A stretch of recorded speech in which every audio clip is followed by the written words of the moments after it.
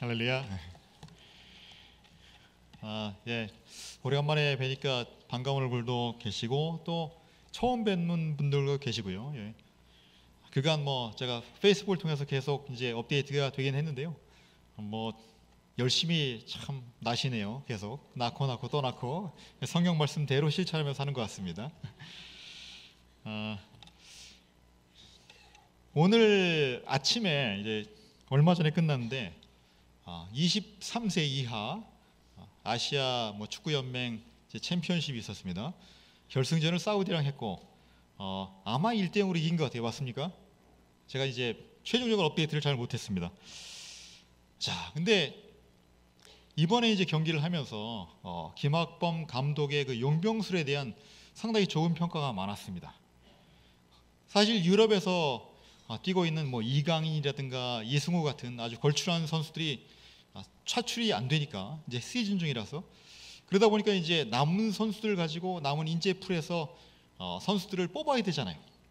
근데 참 적재적소에 좋은 선수들을 많이 발굴을 해서 경기에 이제 기용을 또 했고 또 각 경기마다 참 적절하게 선수들을 기용을 했고 그것을 통해서 그 전에 알지 못했던 또 인재들도 많이 발굴됐다고 하고 더군다나 이제 오늘 또 좋은 결과까지 냈으니까 참 좋은 일이죠. 그러면서 이제 얼마나 좋은 선수를 선발해서 사용하는 것이 감독의 능력이냐 하는 그런 얘기를 저희가 많이 듣게 됩니다. 이 감독 얘기를 하면 저희가 또 봉준호 감독도 얘기할 수 있습니다. 예, 올해 이제 기생충이란 영화가 작년부터 해서 이제 정말 온 세계를 강타하고 있습니다. 칸느 영화제에서 작품상에 해당되는 황금 종려상을 받더니 이제 골든글로브에서는 외국인 영화상을 받았습니다. 그리고 이제 좀 있으면 이제 열릴 그 아카데미상에서는 작품상, 감독상, 외국어 영화상, 각본상 이렇게 4개 부문에서 또 후보로 올랐고요. 참 대단한 영화죠. 근데 제가 가장 그 최근에 주목을 했던 그 시상이 있었는데 그게 바로 뭐냐면 미국의 배우들이 만든 조합에서 영화 부분에서 이제 상을 줬는데 바로 캐스팅상입니다. 캐스팅상. 그러니까 어떤 배우들을 뽑아서 그들로 이제 영화에 가장 적절한 역할을 맡겼느냐 이제 거기에 대해서 상을 준 거죠. 그러니까 이제 좋은 영화가 만들어졌다는 겁니다.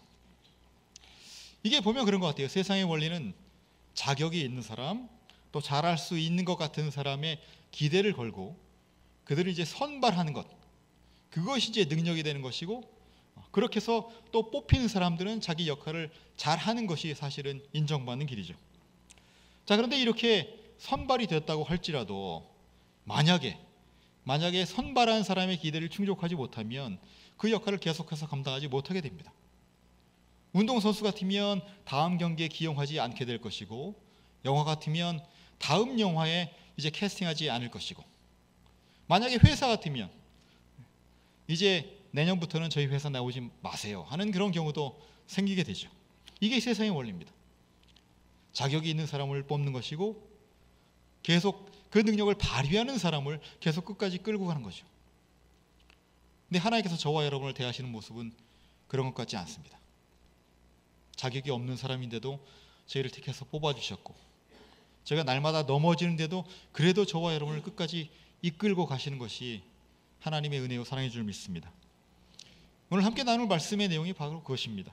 저희들은 비록 부족하지만 하나님의 백성들은 비록 반역하고 불순종하지만 하나님은 여전히 하나님의 사랑 가운데 그들을 붙들어 가시고 인도하시고 구원하시는 것이 바로 오늘 함께 나눌 내용입니다. 함께 말씀을 통해서 저와 여러분의 모습이 어떠한지를 다시 한번 돌아보고 다시 한번 하나님의 은혜에 감사 감격하면서 그 은혜에 합당한 저희 삶을 결단한 시간 되기를 원합니다. 자, 오늘 본문을 펼치면 1절에 이렇게 시작합니다. 첫째 달에 이스라엘 자손 곧 온 회중이 신 광야에 이르러 백성이 가데스에 이르더니 미리암이 거기서 죽음에 거기서 장사되니라. 어떻게 보면 여러분 그냥 스쳐 지나갈 수 있는 그런 디테일들이 있습니다. 근데 너무너무 중요한 정말 오늘 본문의 열쇠를 제공하죠. 바로 오늘 본문에 이스라엘 백성들이 지금 도착한 곳이 신광야라고 하고 특별히 그곳 지명이 가데스라고 했습니다. 자, 그러면 가데스라는 곳이 어떤 곳인지를 저희가 기억해 볼 필요가 있습니다. 가데스는 민수기 13장, 14장의 그런 배경이 되는 지역인데요. 그것은 바로 하나님의 백성들이 출애굽해서 1년 동안 이제 가나안 땅에 들어오기 위해서 여행을 하고, 그리고 이제 그곳에서 정착을 하면서 가나안 땅에 정탐꾼을 보냈던 지역입니다. 그러니까 하나님의 백성들이 이제 출애굽한 지 1년 만에 가나안 땅을 목전에 두었고 가나안 땅에 들어갈 수 있었던 곳입니다. 그런데 그 12명의 정탐꾼 중에서 여호수아와 갈렙을 제외한 나머지 10명의 정탐꾼은 부정적인 보고를 했죠. 그곳은 우리가 가서 차지할 수 있는 땅이 아닙니다. 그곳의 성읍들은 너무너무 견고하고요, 그곳에 있는 용사들은 거인들입니다. 우리는 그 앞에 서면 메뚜기 같습니다. 그랬습니다. 그 보고를 듣고 나서 온 백성들이 하나님을 원망하고 우리를 왜 이곳에 끌고 와서 죽게 하느냐고 불평하면서 원망하다가 결국은 하나님의 큰 심판을 받게 된 것입니다. 원래 하나님의 심판은 그거였어요. 모든 이스라엘 백성들을 다 여기서 끝내버리고 다 죽여버리고 모세로부터 다시 시작하는 것이었습니다. 그런데 모세의 중보기도를 들으시고 그들의 일부를 죽이시고, 그리고 이제 이 불순종했던 이 한 세대를 광야에서 다 죽이시고 이 세대가 이제 가나안 땅에 이르게 하겠다고 약속하셨던 바로 그곳이 가데스입니다. 근데 지금 같은 장면이 다시 한번 펼쳐지는 겁니다. 그리고 그 같은 장면은 무려 38년이 지난 후에 다시 한번 펼쳐지는 것이죠. 다시 말하면 오늘 본문의 첫째 딸 그랬죠. 이 첫째 딸은 이제 광야에서 여행한 지 40년째가 되던 첫째 딸입니다. 그러니까 이제 1세대가 다 죽고 거기다 죽고 이제 광야의 2세대가 가나안 땅에 들어갈 목전에 둔 상황이란 것이죠. 그래서 오늘 본문에서 미리암이 죽었다는 얘기가 전해지는 것이고요, 20장 끝에 보면 아론이 죽었다는 얘기가 전해지는 것입니다. 이제 1세대는 다 죽게 되고 이제 광야 2세대가 가나안 땅을 눈앞에 두었습니다. 문제는 그들이 하나님의 복을 누릴 자격이 있느냐, 하나님의 백성으로 가나안 땅에서 살아갈 준비가 되어 있느냐 하는 것이죠. 그 시험을 하나님께서 오늘은 무리 없는 상황을 통해서 하십니다. 자, 그런데 무리 없는 상황이 펼쳐지니까 그들이 어떻게 반응하는지 한번 살펴보십시오. 자, 여러분 한번 오늘 본문 2절에서 5절을 한번 살펴보시는데 특별히 3절에서 5절 부분을 함께 읽도록 하겠습니다. 자, 준비가 되셨으면 함께 읽겠습니다. 백성이 모세와 다투어 말하여 이르되 우리 형제들이 여호와 앞에서 죽을 때에 우리도 죽었더라면 좋을 뻔하였도다. 너희가 어찌하여 여호와의 회중을 이 광야로 인도하여 우리와 우리 백성이 다 여기서 죽게 하느냐? 너희가 어찌하여 우리를 애굽에서 나오게 하여 이 나쁜 곳으로 인도하였느냐? 이곳에는 파종할 곳이 없고 무화과도 없고 포도도 없고 석류도 없고 마실 물도 없도다. 이게 그들의 반응입니다. 너무너무 어처구니 없는 반응입니다. 배은망덕하게 그지없는 반응입니다. 자, 생각해 보세요. 우리 형제들이 여호와 앞에서 죽었을 때 죽었으면 좋을 뻔했다. 말이 됩니까? 광야에서 죽은 형제들은 하나님께 불순종해서 심판받은 사람들입니다. 그런데 그들이 죽을 때 우리도 죽었으면 좋았을 걸 왜 이때까지 살아서 이 고생을 하느냐? 그뿐입니까? 모세와 아론이 회중을 광야로 끌고 와서 죽게 했다고 했습니다. 여기서 그들을 자기 자신을 여호와의 회중이라고 불렀습니다. 여호와의 회중이라는 얘기는 하나님의 백성이라는 얘기고 하나님께서 출애굽시키신 주인공이라는 인식입니다. 자기 자신을 그렇게 알고 있어요. 하나님께서 지금까지 40년 동안 출애굽에서 인도하여 내시고 구름 기둥 불 기둥을 주시고 만나를 주시고 메추라기를 주시고 대적을 물리치시고 보호하시고 하나님께서 모든 것을 다 해주셨어요. 자, 그런데 그걸 다 잊어먹었다는 거예요. 당장의 위기를 만나니까 잊어먹었다는 거예요. 그리고 또 뭐라고 얘기합니까? 왜 이 나쁜 곳으로 인도하였느냐? 이 성경의 저자가 참 그렇습니다. 모세가 이 글을 기록할 때 그들의 완악한 모습을 강조하기 위해서 그렇게 얘기한 거예요. 그냥 나쁜 곳 거기서 끝난 게 아니고요, 파종할 꽃이 없고 무화과도 없고 포도도 없고 석류도 없고 마실 물도 없다. 불평이 입에 담기니까 모든 게 다 부정적이에요. 이게 위기를 만나면 참모습이 드러나는 거잖아요. 우리도 그렇습니다. 평소에 보면 너무너무 점잖고 너무너무 멋있고 괜찮은 사람 같은데 어려운 일을 만나면 본색을 드러냅니다. 직장 생활도 그렇죠. 정말 어려운 문제를 딱 만나면 그때 그 사람이 어떤 사람이었구나 알게 돼요. 평소에 친했던 그런 친구인 줄 알았는데 위기를 만나면 그 사람이 정말 친구인지 아닌지가 결판이 나죠. 부부 생활도 마찬가지입니다. 여러분 너무너무 좋아서 결혼하셨잖아요. 그렇죠? 야, 이렇게 괜찮은 남자가 있나? 이렇게 괜찮은 아가씨가 있나? 내가 평생을 함께 해도 후회하지 않겠다. 그런 결심이 섰으니까 결혼하셨잖아요. 근데 지금은 어떻습니까? 조금 평가가 다를 수 있습니다. 그렇죠? 살다 보면 문제들을 만나죠. 그게 경제적인 문제건 자녀 교육의 문제건 아니면 뭐 시부모님에 관한 문제건 뭐 처갓집에 관한 문제건 문제들을 만날 때마다 우리가 그 가운데 충돌하게 되고 의견 다툼이 있고 때로는 자존심을 부리고 하다 보니까 우리의 못난 모습을 그대로 드러나는 거예요. 그렇잖아요. 결혼하기 전에는 정말 나 자신도 괜찮은 줄 알았는데 나중에 보면 나 자신도 괜찮은 사람이 아니에요. 그게 결혼이 주는 유익입니다.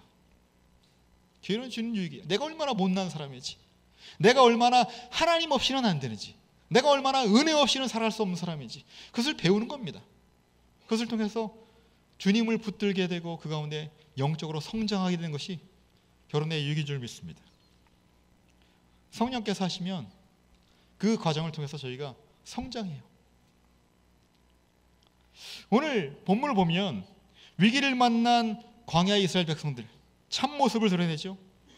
그들은 죄악 가운데 있습니다. 하나님께 불평합니다. 원망합니다. 그들의 자신의 신분을 망각합니다. 그런데 그 모습을 보고 모세와 아론이 큰 두려움을 느껴서 회막문 앞에 엎드렸다고 되어 있습니다.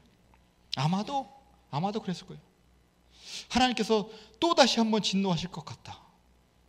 또다시 이 백성들 내가 40년을 기다렸는데 하나도 변한 것이 없구나. 내가 여기서 이들을 싹 죽여버리고 모세 너부터 다시 시작하겠다라고 하실 것 같아서 너무너무 두려워서 하나님 앞에 중보기도 하기 위해서 엎드렸을 것입니다. 그런데 놀라운 것이 하나님의 반응이에요.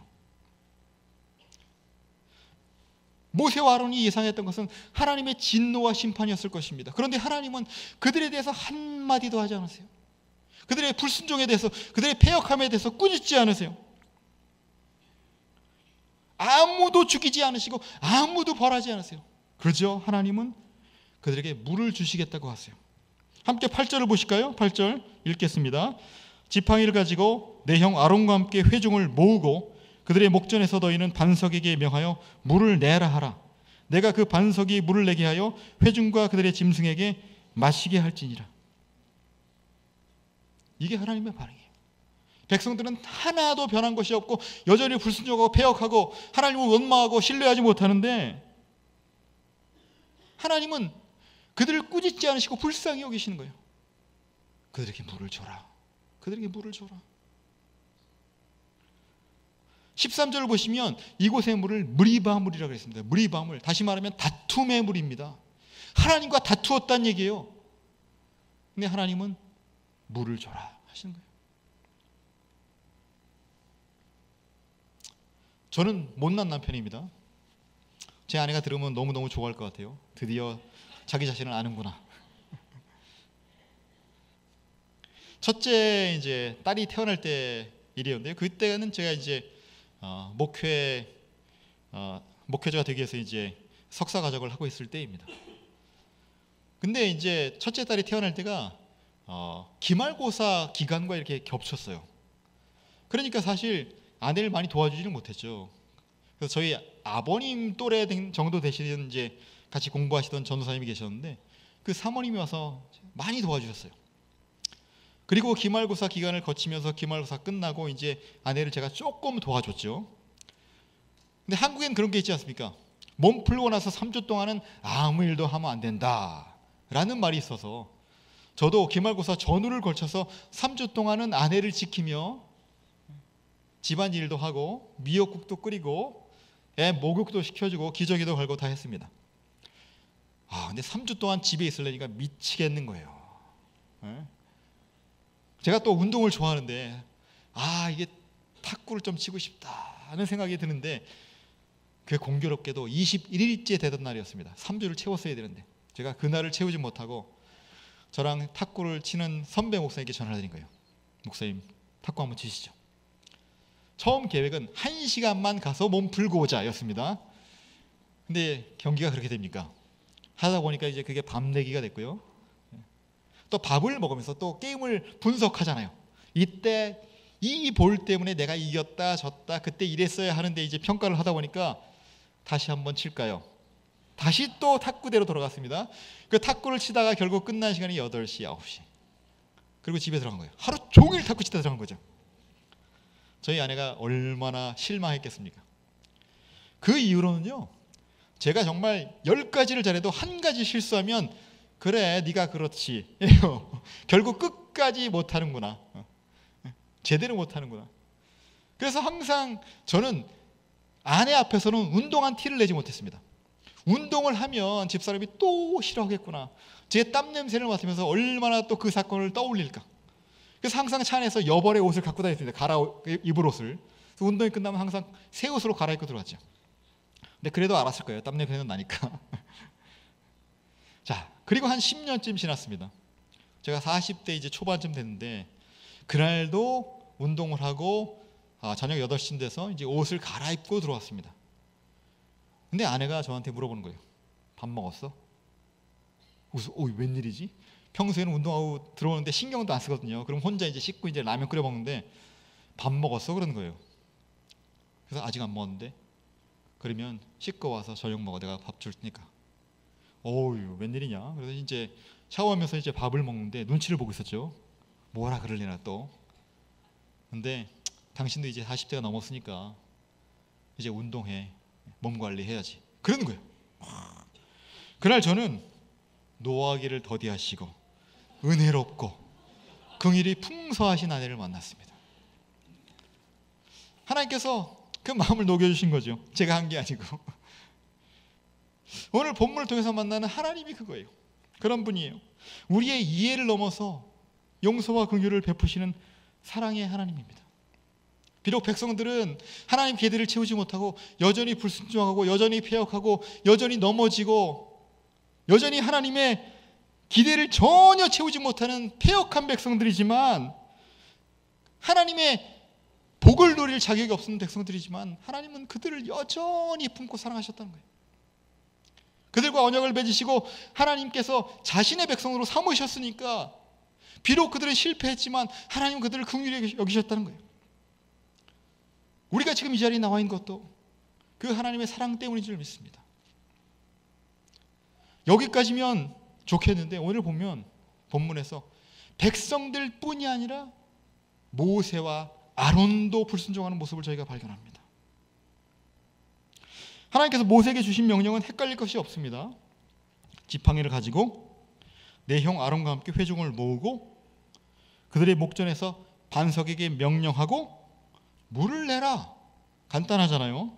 그렇죠? 그대로 순종하면 됩니다. 오늘 본문 9절부터 보면 시작은 좋습니다. 모세가 그 명령대로 여호와 앞에서 지팡이를 잡으니라. 좋죠? 10절 전반도 괜찮습니다. 모세와 아론이 회중을 그 반석 앞에 모았습니다. 좋습니다. 문제는 10절 후반부터입니다. 모세가 그들에게 이르되, 누구에게 말했습니까? 이스라엘 백성들에게. 원래는 누구에게 얘기해야 돼요? 반석에게.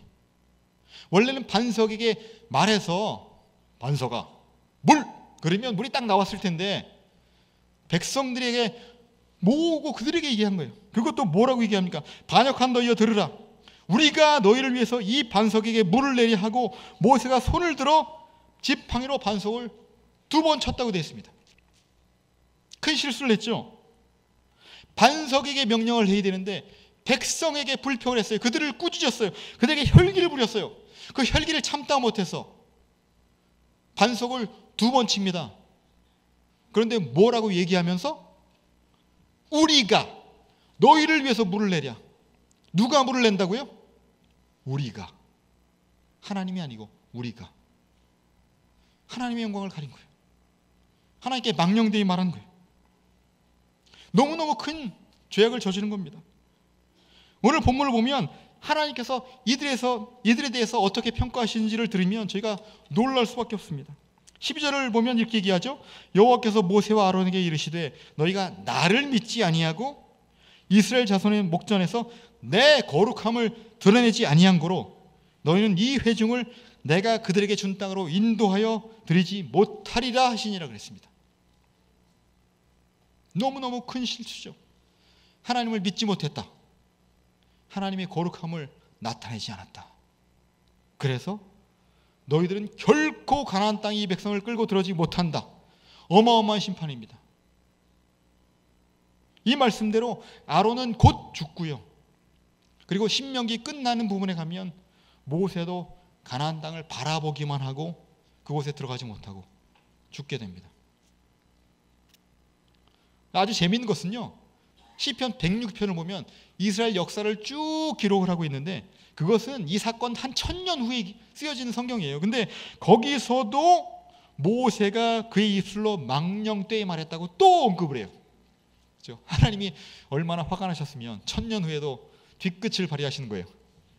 모세가 그랬을 거예요. 하나님 1000년 지났는데 1000년 지났는데. 근데 놀라운 사실이 있습니다. 모세와 아론은 하나님의 그런 능력을 믿지 못하고 하나님을 신뢰하지 못하고 스스로 물을 낸다고 망령되이 말을 했는데도 불구하고 하나님은 이스라엘 백성에게 약속하신 것, 물을 주시겠다는 약속을 그대로 실천하신다는 거예요. 11절에 보시면 이렇게 말씀합니다. 모세가 그의 손을 들어 그의 지팡이로 반석을 2번 치니 불순종했죠. 하지만 물이 많이 솟아나오므로 회중과 그들의 짐승이 마시니라. 하나님은 여전히 하나님의 사랑을 드러내셨다는 거예요. 13절 후반에는 이를 가리켜서 여호와께서 그들 중에서 그의 거룩함을 나타내셨다 또는 자신을 거룩하게 하셨다라고 말합니다. 참 재밌네요. 하나님께서 하신 일은 역설적이에요. 가데스란 곳은요, 제가 웬만해서 히브리어를 얘기를 안 하는데 이거는 꼭 얘기해야 돼요. 가데스는 히브리어로 카데시입니다. 카데시. 그런데 거룩하게 하다는 동사도 똑같은 자음을 씁니다. 또 둘이 연관된 나라예요. 그러니까 가데스는 하나님의 거룩함을 드러내야 하는 곳입니다. 백성들은 하나님의 거룩함을 인정하지 못했고 모세와 아론도 하나님의 거룩함을 드러내지 못했는데 하나님은 그 가데스에서 자신의 거룩함을 드러내셨다는 거예요. 사람들이 이해할 수 없는 하나님의 차별된 모습을 드러내셨다는 거예요. 그의 놀라우신 은혜와 긍휼을 드러내셨다는 것입니다. 이게 하나님의 사랑입니다. 하나님의 사랑은 여기서 끝나지 않습니다. 바로 이 말씀은 예수 그리스도를 통해서 하나님께서 하신 일을 미리 보여주신 것이기 때문입니다. 고린도전서 10장 1절에서 4절 가면요, 이 광야 얘기를 하면서 특별히 오늘 사건과 관련된 해석을 하고 있습니다. 그 본문의 의미를 설명하고 있습니다. 그런데 10장 4절을 보면 이렇게 말씀합니다. 다 같은 신령한 음료를 마셨으니, 이스라엘 백성 얘기죠. 광야에서 이는 그들을 따르는 신령한 반석으로부터 마셨음에 그 반석은 곧 그리스도니라 라고 얘기합니다. 그러니까 여기서 지금 물을 낸 반석이 누구냐? 바로 모세와 아론이 2번이나 때린 반석이 누구냐? 바로 예수 그리스도라는 거예요. 예수 그리스도께서 반석이 되시고, 또 요한복음 4장에 가시면 예수 그리스도께서 생명수가 되셔서 그 생명수를 통해서 백성들을 마시게 하시고 살리셨다는 거예요. 이게 하나님의 말씀이에요.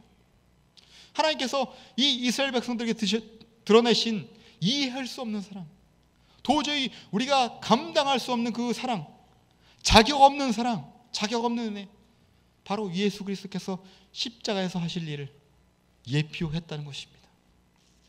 그게 하나님의 사랑이에요. 그 생명수를 마시는 자는, 내가 주는 물을 마시는 자는 영원히 목마르지 아니하니 내가 주는 물은 그 속에서 영생하도록 솟아나는 샘물이 되리라. 그게 예수께서 직접 하신 말씀이에요. 저와 여러분의 모습, 저와 여러분의 삶의 걸음들, 하나님 앞에 보시기에는 너무너무 턱없이 부족하고 모자랄 것입니다. 여러분, 작년을 지내면서 송구 영신 예배를 드리면서 그렇잖아요. 한 해를 돌아보면 얼마나 부족한 모습이 많았나 후회하고 회개하고, 그리고 또 새로운 다짐을 하잖아요. 2020년이 되면 내가 반드시 하나님 앞에서 이렇게 살아가야겠다 결단했잖아요.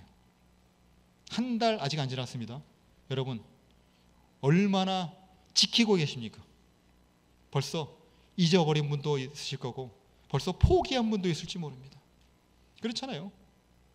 지금까지 여러분 인생 가운데 살아오시면서 여러분 스스로에 대해서 실망하신 부분이 얼마나 많아요. 내가 이걸 하겠다고 했지만 못 지키게 돼요. 내가 이 부분은 하나님 앞에 결단했지만 그대로 살아가지 못하는 순간이 너무너무 많아요. 내가 올해는 꼭 가족들 전도해야지, 올해는 꼭 가족들 전도해야지, 지금까지 못했잖아요. 시간이 지나다 보니까 어떻게 되겠지 포기하잖아요. 내가 이 사람 용서해야지, 내가 이 사람 품어야지, 내가 이 사람 정말 긍휼히 여겨야지. 그런 결단을 지금까지 얼마나 많이 하셨습니까? 실패하고 또 실패하고 또 실패하고 하다 보니까 이제는 자포자기 하잖아요. 그게 우리의 모습입니다. 만약에 하나님께서 우리의 행동으로, 우리의 퍼포먼스로 만약 평가를 하신다면 저와 여러분은 실패한 자들입니다. 버림받을 수밖에 없는 자들이에요. 근데 하나님께서는 예수 그리스도의 십자가의 죽음을 통해서 저희를 택하셨고 그 가운데 우리를 구원하셨기 때문에 저와 여러분을 버리지 않으시는 거예요. 그게 하나님의 놀라운 사랑입니다. 생명수 얘기를 계속해 볼까요? 요한복음 7장 37절에서 39절을 보시면 그 생명수를 성령으로 말씀하세요. 성령으로. 예수께서 우리의 생명수가 되셨을 뿐 아니라 예수께서 비록 하늘에 계시지만 또한 동시에 성령으로 우리 안에 계시기 때문에 우리 안에서 계속 솟아나는 생명수가 되신다는 거예요. 그래서 우리가 살아간다는 거예요. 우리는 비록 넘어집니다. 실패합니다. 또 넘어집니다. 또 실패합니다. 자격이 없습니다.